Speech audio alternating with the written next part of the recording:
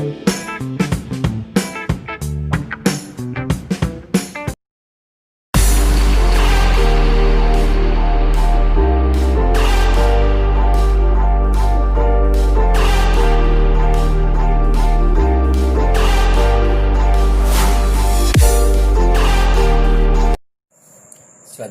1.4 દાખલા નંબર પહેલો અને બીજો ભાગાકારની લાંબી પ્રક્રિયા કર્યા વગર નીચે દર્શાવેલ સમય સંખ્યાઓનું દશાંશ નિરૂપણ શાંત છે કે અનંત અને આવૃત અનંત અને આવૃત શબ્દ ભેગો છે તે જણાવો.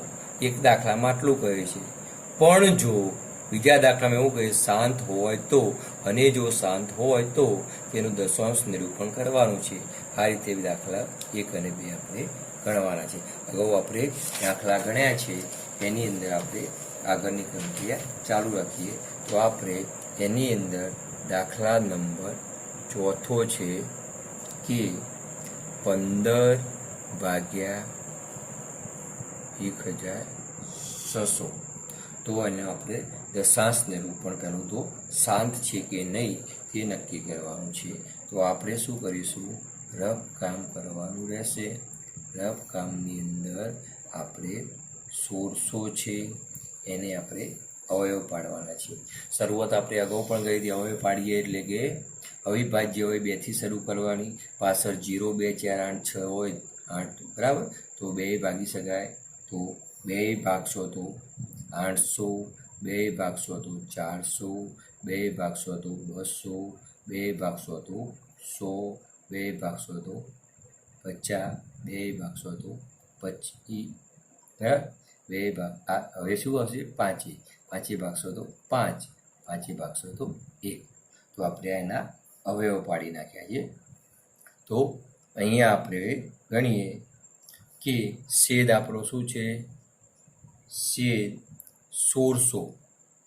હા, તો 1600 ને કઈ રીતે લખાય, તો જો 1, 2, 3, 4, 5, 6, 2 ની 6 ઘાત અને 5 ની 2 ઘાત. હવે તમે સમજી ગયા છો કે આના છેદની અંદર માત્ર 2 ની અને 5 ની ઘાત આવે છે, એટલે દશાંશ સ્વરૂપ પણ કેવું આવશે, શાંત આવશે. હા, તો આપણે વ્યાખ્યા પ્રમાણે લખીએ, છેદનું દશાંશ સ્વરૂપ 2 ની n ઘાત અને 5 ની m ઘાત સ્વરૂપમાં છે.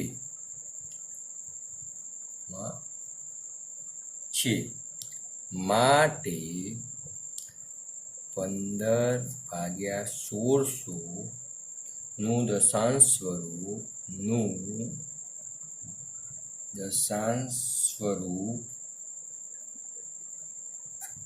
શાંત છે. દશાંશ સ્વરૂપ શું છે, શાંત છે. હવે આપણે ભાગાકારની લાંબી પ્રક્રિયા નથી કરી, 15 ભાગ્યા 1600 કરવાના નથી, પણ સરળતાથી એનું દશાંશ સ્વરૂપ કઈ રીતે દર્શાવી શકીએ એ જોઈશું. તો આપણે અહીં ધ્યાન આપો, 15 ભાગ્યા 1600 બરાબર 15 છે. જો 15ના પણ અવયવ તમારે પાડવા હોય તો પાડી શકો કે 5 ગુણ્યા 3. 1600 છે તો આપણે અહીં લખ્યું 1600 એટલે કે 2 ની 6 ઘાત અને 5 ની 2 ઘાત. હવે ધ્યાન આપો, એના જ રકમ લખીએ છીએ, 5 ગુણ્યા 3, 2 ની 6 ઘાત, 5 ની 2 ઘાત. હવે જે છેદમાં છે વધારે ઘાત કોની છે, 2 ની છે. તો 2 ની 6 ઘાત છે તો આપણે 5 ની 6 ઘાત કરવી પડે. જેની મોટી ઘાત હોય એટલી બંનેની સરખી કરવી પડે, બરાબર. તો 2 ની 6 ઘાત છે તો 5 ની પણ 6 ઘાત કરવી પડે. તો 5 ની 6 ઘાત કરવા માટે શું કરવું પડે છે કે 5 ની 4 ઘાત વડે ગુણો. હા, તો 5 ની 4 ઘાત અહીંયા છેદને પણ ગુણવા પડે, તો સાથે અંશને પણ 5 ની 4 ઘાત વડે ગુણવા પડે. તો જ અંશ અને છેદ અંગે ગુણ્યા એટલે કશું કર્યું નથી એવું કહેવાય. તો આપણે અંશ અને છેદ જુઓ, 5 ની 6 ઘાત નીચે પણ થઈ જશે અને ઉપર જે થતી હોય આપણે જોવાની છે. તો હવે આપણે ઘાતાંકના નિયમ પ્રમાણે જોઈએ કે 5 ની 4 ઘાત ગુણ્યા 5 ની 1 ઘાત, તો શું થશે, 5 ની 5 ઘાત ગુણ્યા 5 ની 5 ઘાત ગુણ્યા 3. અને અહીંયા શું થશે, 2 ની 6 ઘાત, અહીંયા 5 અને 5 છે તો આધાર સરખો છે, ઘાતનો સરવાળો થાય તો 5 ની 6 ઘાત. તો એટલા માટે ગુણ્યા કે આપણે 2 ની 6 ઘાત હતી તો 5 ની 6 ઘાત આપણે કરવી પડે. સૌથી મોટી 5 ની ઘાત મોટી હોય તો 2 ની કરવી પડે, અને 2 ની મોટી હોય તો 5 ની આપણે કરવી પડે. એ જ રીતે આપણે આગળ જઈશું તો 5 ની 5 ઘાત ગુણ્યા 3, 2 આધાર સરખો છે, 2 ની પણ 6 ઘાત ને 5 ની 6 ઘાત છે તો 2 અને 5 નો ગુણાકાર 10, અને 10 ની આપણે શું થશે 6 ઘાત. હવે 5 છે તો 5 નો 5 વખત ગુણાકાર થાય તો 5 ગુણ્યા 5 25, ગુણ્યા 5 125, ગુણ્યા 5 625, ગુણ્યા 5 3125. અમુક આવું મોઢે પણ તમને આવડતું હોવું જોઈએ. તો આપણે થશે કે 3125 ગુણ્યા 3 ભાગ્યા 10 ની 6 ઘાત. 3125 ને રફકામમાં પણ કરી શકાય, સીધા પણ કરી શકાય. બરાબર, 3125 ગુણ્યા 3, 5 તરી 15 નો 5 રો વધી 1, 3 દુ 6 ની 1 7, 3 એકા 3 અને 3 તરી 9. તો આ રીતે રફકામની અંદર પણ તમે ગણી શકો. તો આપણે ઉપરનો ગુણાકાર કેટલો આવે છે કે 9375 ભાગ્યા 10 ની 6 ઘાત, એક પછી 6 મીડા, 1 2 3 4 5 6. બરાબર છે. તો એ 6 મીડા આપણે દશાંશ ચિહ્નમાં આપેલી સંખ્યા ઉપર આપણે મૂકવાના છે. તો શું થશે 9375. 6 મીડા છે એટલે એક અહીંયા મૂકે તો 1 મીડું કપાય, 2 3 4 5 6, દશાંશ ચિહ્ન તમારું આટલે આવશે. અહીંયા પૂર્ણ સંખ્યામાં આપણે 0 લખીએ છીએ.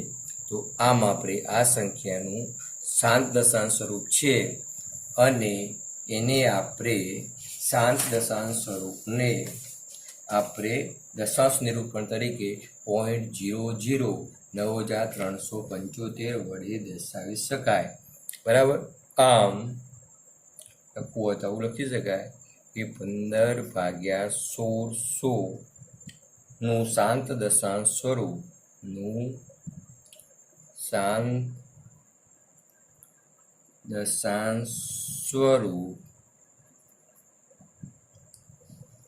.129375 છે. બરાબર, ચાલો હવે એવો ને એવો આપણે બીજો દાખલો ગણીશું. બરાબર છે. તો એ સ્વાધ્યાયનો આપણો 8મો દાખલો છે.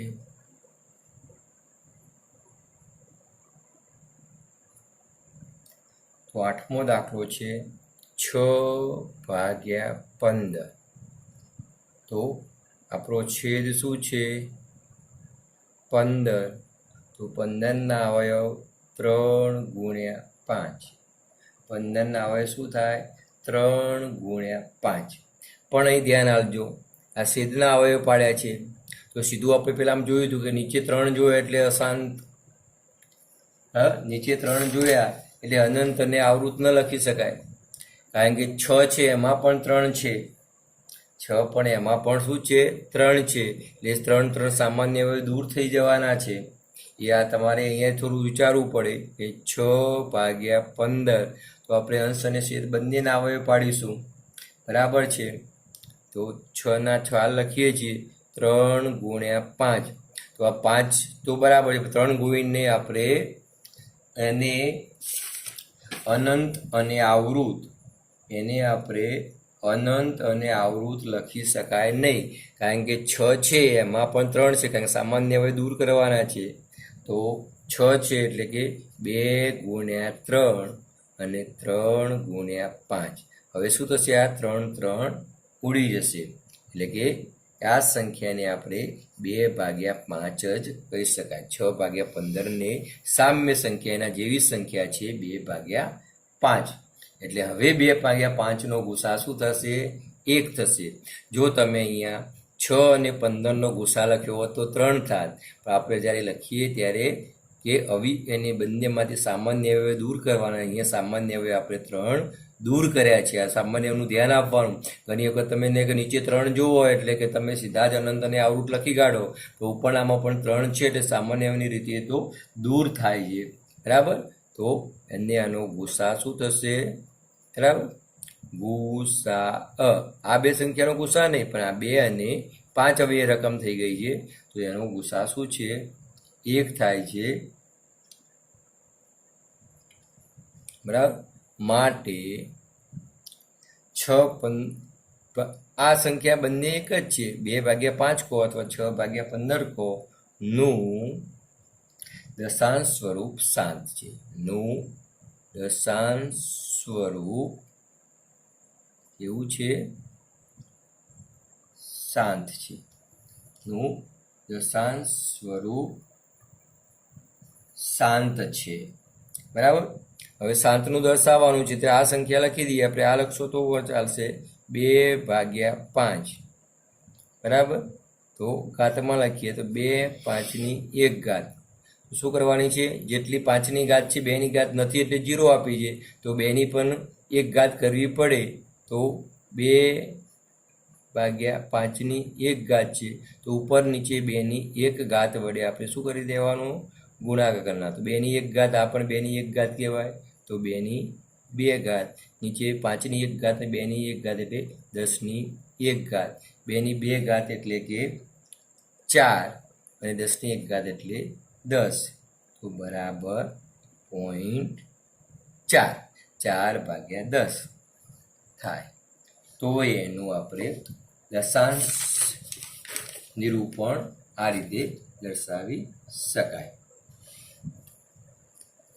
હવે 9મો દાખલો છે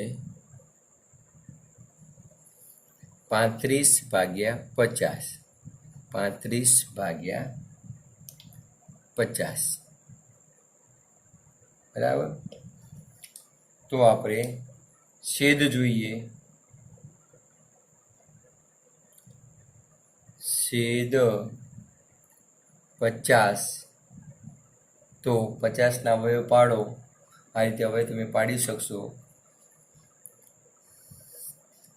રફકામ પરીક્ષામાં આ રીતે તમે રફકામ ન કરતા, પાછળ કરવાનું છે. 2 ભાગ પડશે 25, 5 5, 5 1, તો 50 છે, તો એને શું લખી શકાય? 2ની 1 ઘાત અને 5ની 2 ઘાત. તો છેદનું દશાંશ સ્વરૂપ, છેદનું દશાંશ સ્વરૂપ 2ની n ઘાત અને 5ની m ઘાત સ્વરૂપમાં છે. સ્વરૂપમાં છે, માટે 35/50 ને શાંત દશાંશ સ્વરૂપ છે. ને શાંત દશાંશ સ્વરૂપ છે. બરાબર, હવે એને આપણે શાંત છે, તો એને દશાંશ નિરૂપણમાં દર્શાવવા માટે શું કરવું પડે? તો જે આપણને આપ્યું છે 35 અને 50, તો 35ના અવયવ પડે છે 7/5. બરાબર, અને 50 છે તો આપણે ઉપર પાડ્યા હતા તે જ રીતે કે 2ની 1 ઘાત અને 5ની 2 ઘાત. તો હવે ધ્યાન આપો, 5ની 2 ઘાત તો અથવા 5ની 2 ઘાત ન લખવી તો 5/5, તો આ 5 5 શું થાય છે? ઉડી જાય છે. 5 5 શું થાય છે? ઉડી જવાના છે. અહીંયા તમે ઉડાડ્યા હો તો પણ ચાલે. બરાબર, પણ આપણે અહીંયા 2ની m આપી દો. જો નીચે કદાચ 7 કહેવા આવ્યા તો અહીંયા આપણે પ્રયત્ન કરીને 7 ઉડાડો, પણ અહીંયા નથી ઉડાડ્યો કંઈ વાંધો નથી. તો બરાબર 7 છે, 5 દુ 10, બરાબર 0.7. બરાબર, તો આમ 35/50નું શાંત દશાંશ સ્વરૂપ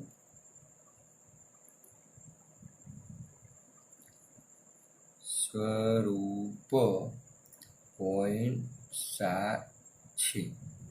0.7 છે. જુઓ તમે અહીંયા 5 ન ઉડાડ્યા હોત ને તો આપણે 5ની 2 ઘાત તો 2ની 2 ઘાતે ગુણો, બરાબર.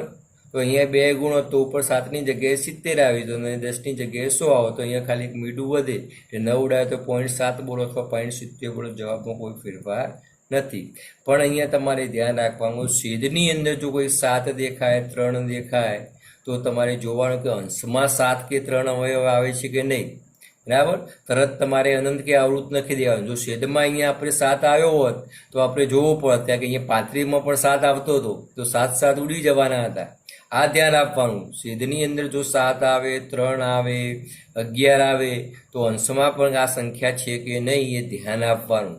નહીંતર તમે તો અનંત અને આવૃત લખી કાઢો પછી કે ઓહો મારે તો 35 મળ્યા હાથ હતા, એટલે પરીક્ષામાં આવું ન થાય.